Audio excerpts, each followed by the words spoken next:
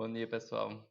Aqui, meu nome é Vicente Ferreira Júnior, professor de Direito Administrativo, e a gente vai continuar aí nosso estudo do Direito Administrativo, o que efetivamente cai na OAB. É o projeto de aprender fazendo as questões. Hoje o tema da nossa aula vai ser sobre organização administrativa. A gente começa com uma prova do exame de 2022. Ela fala o seguinte: em decorrência das queimadas que têm assolado certo bioma, os municípios vizinhos Alfa, Beta e Gama, nacionalmente conhecidos pelo turismo ambiental promovido na localidade e drasticamente afetados pelo fogo, decidiram formalizar um consórcio público com vistas a promover a proteção desse meio ambiente. Ou seja, três entes federativos distintos, três municípios, decidem se consorciar para que eles promovam um serviço público comum, que é do interesse de todos. No respectivo protocolo de intenções, os entes federativos estabeleceram a denominação protetivos, a finalidade, o prazo de duração, a sede do consórcio e a previsão de que o consórcio é uma associação pública. Ou seja, a questão quer que você saiba que a partir do momento que o consórcio se transforma numa associação pública, o consórcio integra a administração indireta de todos os municípios que estão consorciados, ou seja, de Alfa, Beta e Gama. Diante dessa situação hipotética, em consonância com a legislação de regência, ela pede para você assinalar a alternativa correta. A associação pública protetivos não poderá integrar a administração indireta, falso. Como ela é uma associação pública, ela vai integrar a administração indireta desses municípios. Os municípios Alfa, Beta e Gama somente integrarão recursos financeiros ao consórcio mediante contrato de rateio. Perfeito, pessoal. Quando municípios, ou um estado com município, a União, o estado e o município, eles entram em consórcio, a entrega do orçamento, a constituição do valor do consórcio, sempre será feito por meio de contrato de rateio. Os municípios Alfa, Beta e Gama não poderão formalizar consórcio público falso.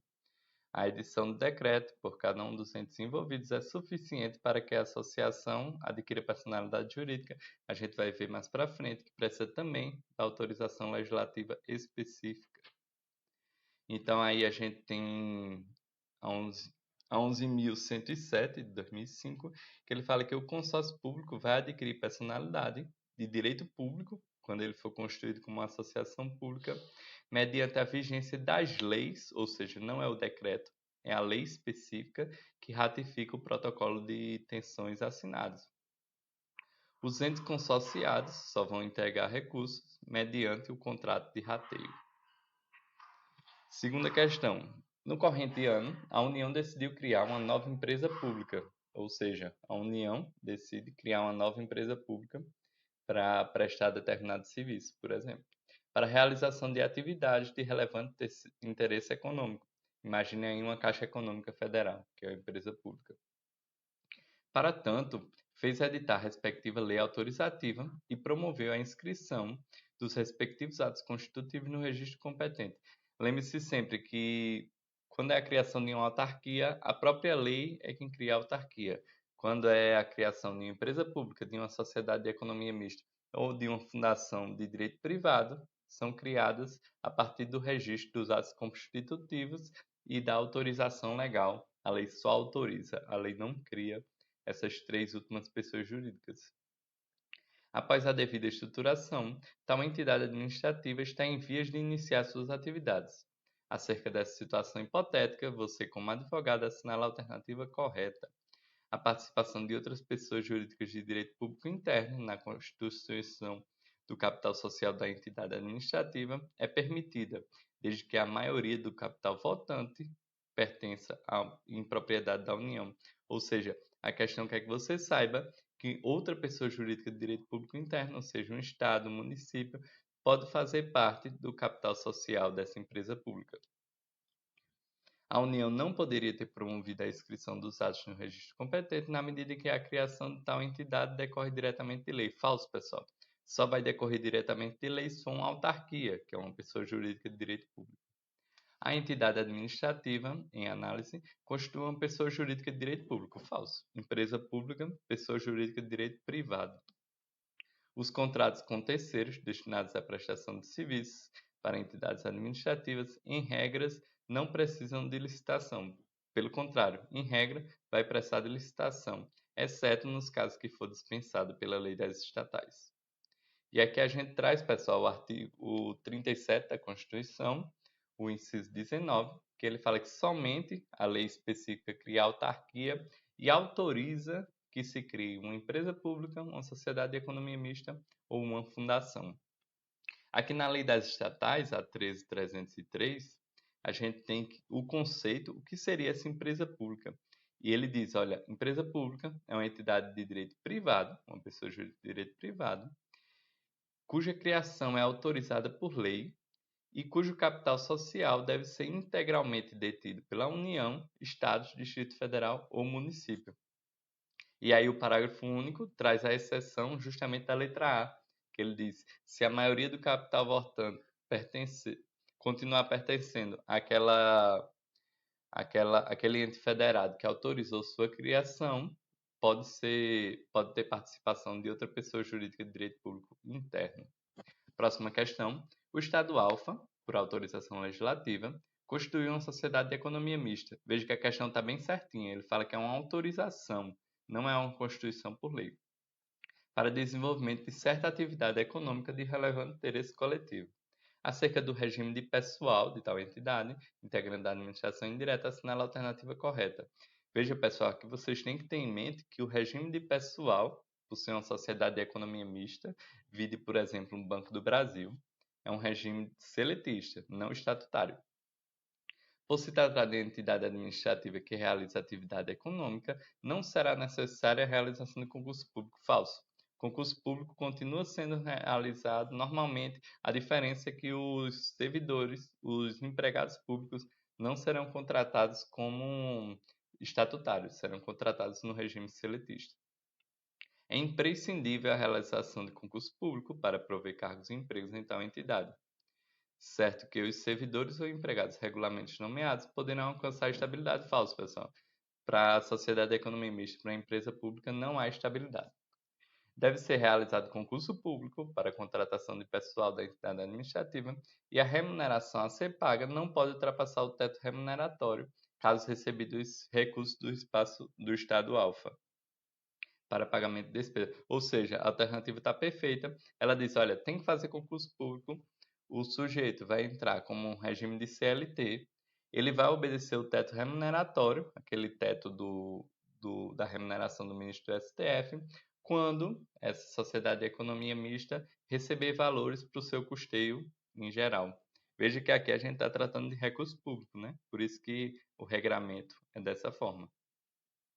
E aí, as estatais, em regra, elas não observarão o teto remuneratório, mas elas passam a dever estabelecer esse teto remuneratório, dever de obediência a esse teto remuneratório sempre que eles recebam recursos públicos para o custeio em geral.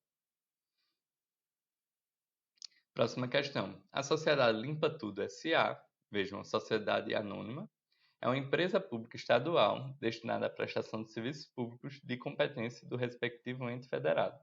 Tal entidade administrativa foi condenada infrutuosa quantia em dinheiro por sentença transitada em julgado em fase de cumprimento de sentença.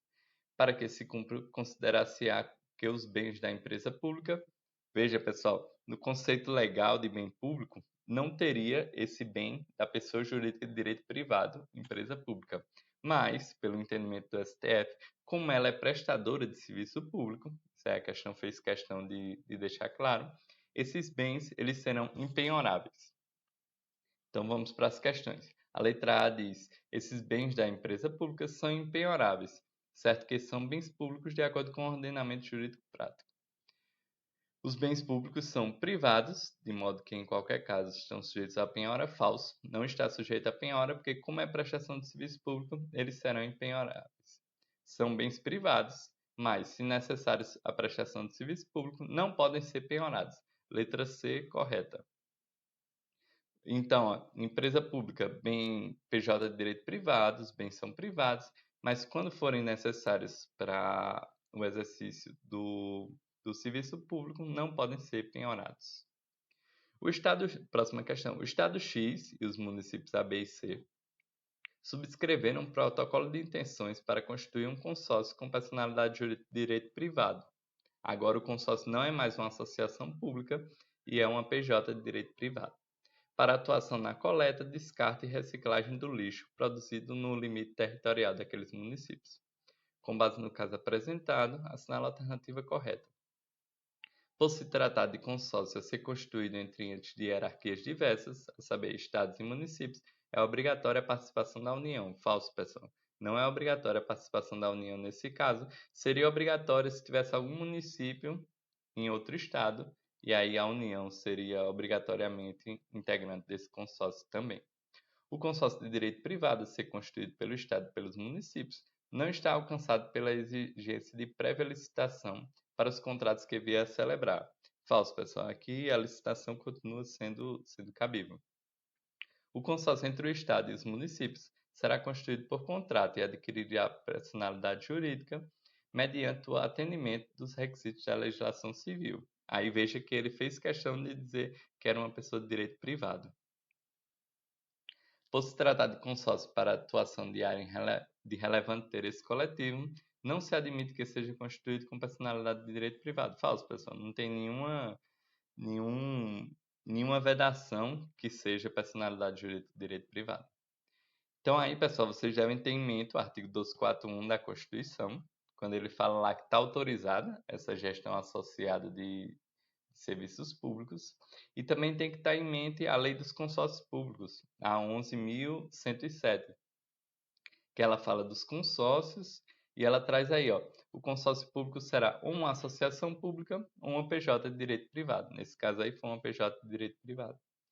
A União somente participará de consórcios públicos em que também façam parte todos os estados em cujo território estão situados os municípios consorciados. O consórcio público será constituído por contrato, cuja celebração dependerá da prévia subscrição do protocolo de intenções. Quando o consórcio for de direito privado, ele adquirirá personalidade jurídica mediante o atendimento dos requisitos da legislação civil. É diferente quando ele for uma associação pública, quando a gente viu lá em cima, que ele adquire personalidade jurídica quando tem lá a aprovação do protocolo por legislação interna de cada um dos entes consorciados. O Estado XYZ pretende criar uma universidade estadual sob a forma de fundação pública, considerando que a intenção do Estado é atribuir personalidade jurídica de direito público a tal fundação, ou seja, o Estado quer fazer uma fundação com personalidade jurídica de direito público. Tal fundação há de ser criada com o registro de seus atos constitutivos após a edição da lei ordinária, autorizando sua instituição.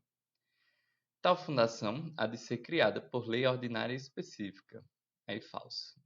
Não é possível a criação de uma fundação pública com personalidade jurídica de direito público. Falso também. As universidades públicas, por exemplo, são fundações públicas com personalidade jurídica de direito público, que também são chamadas de fundações autárquicas. Tal fundação há de ser criada por lei complementar específica. Falso também. Alternativa correta, letra A. E aí nós temos que a Fundação Pública de Direito Público é chamada de Fundação Autárquica ou Autarquia Fundacional. Ela tem natureza jurídica de autarquia e, por ter natureza jurídica de autarquia, ele vai seguir aquela regra de após a lei ordinária autorizando sua instituição, ela vai poder ser levada a registro e ser criada. Após a autorização em lei, o Estado X constitui uma empresa pública, veja, novamente empresa pública, para atuação no setor bancário e creditício. Por não possuir ainda quadro de pessoal, foi iniciado concurso público para selecionar 150 empregados. A respeito da situação, veja, empregado deve ter concurso público e regime da CLT. Não é possível a constituição da empresa pública para exploração direta de atividade econômica pelo Estado. Falso. É justamente a empresa pública que é responsável por essa exploração. Empresa pública ou sociedade de economia mista. A lei que autorizou a instituição da empresa pública é obrigatoriamente uma lei complementar. Falso. Pode ser uma lei ordinária. Após a Constituição de 88, cabe às empresas públicas a prestação de serviços públicos e às sociedades de economia mista cabe a exploração falsa. A empresa pública e a sociedade de economia mista poderão atuar tanto prestando serviço público como explorando a atividade econômica. A empresa pública que explora a atividade econômica sujeita-se ao regime trabalhista próprio das empresas privadas, que não afastará a exigência de concurso público. Perfeita, letra D, perfeitamente. E aí, pessoal, vocês leiam o artigo 173 da Constituição, que ela fala, ressalvados os casos da Constituição, a exploração direta da atividade econômica pelo Estado, e aí leia-se município e União também, só será permitida quando necessária aos imperativos de segurança nacional ou relevante interesse coletivo. Próxima questão. O governador do estado Y criticou, por meio da imprensa, o diretor-presidente da agência reguladora, veja uma agência reguladora, uma autarquia estadual, alegando que aquela entidade, ao aplicar multas às empresas concessionárias por supostas falhas na prestação de serviço, não estimula o empresário a investir no Estado. Ou seja, o governador, que não tem hierarquia sobre uma agência reguladora, estava lá criticando o presidente da agência reguladora.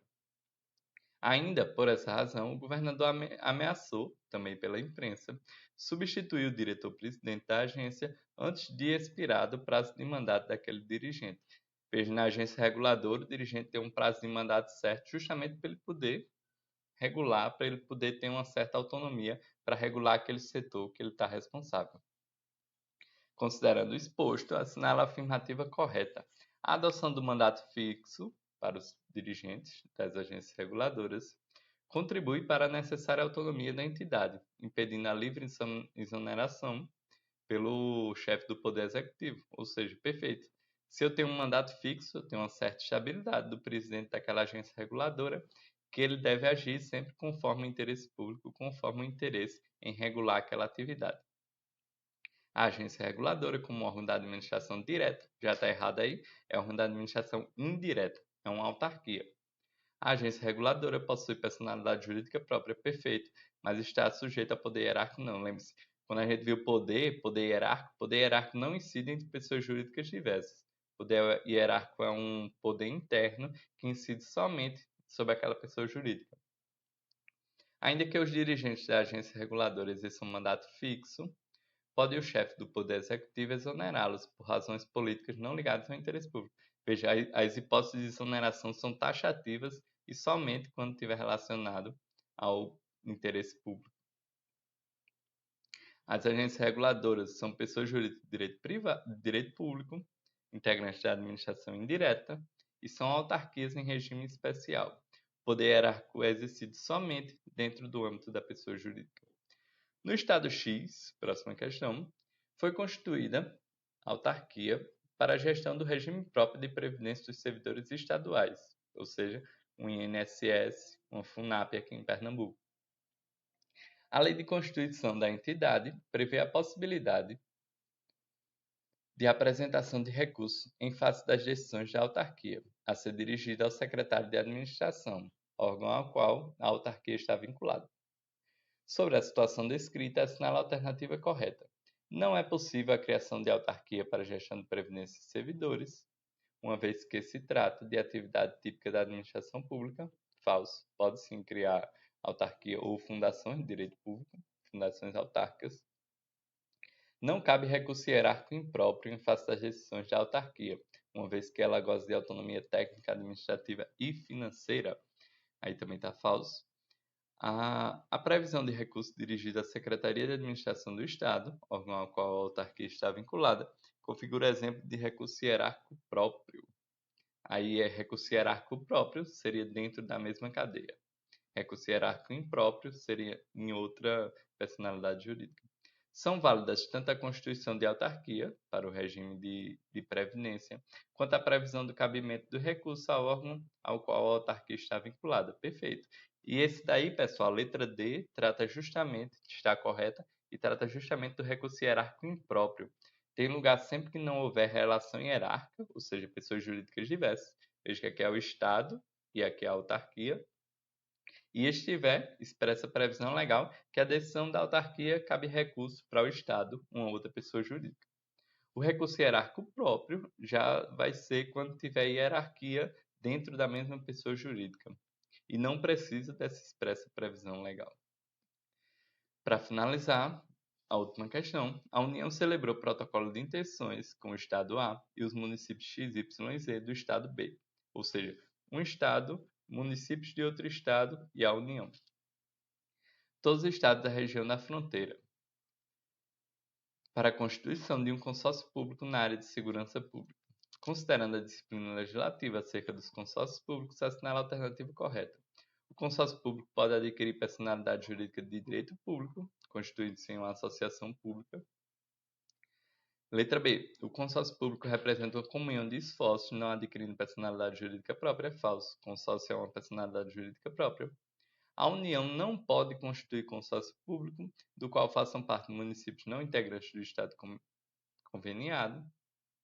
Letra D. O consórcio público adquire personalidade jurídica com a celebração do protocolo de intenções. A gente vai ter essa diferença do consórcio quando ele é associação pública e quando ele é de direito privado. Aí o parágrafo 1º do artigo 6º diz justamente isso. Ó. O consórcio público tem personalidade jurídica de direito público, integra a administração indireta de todos os entes.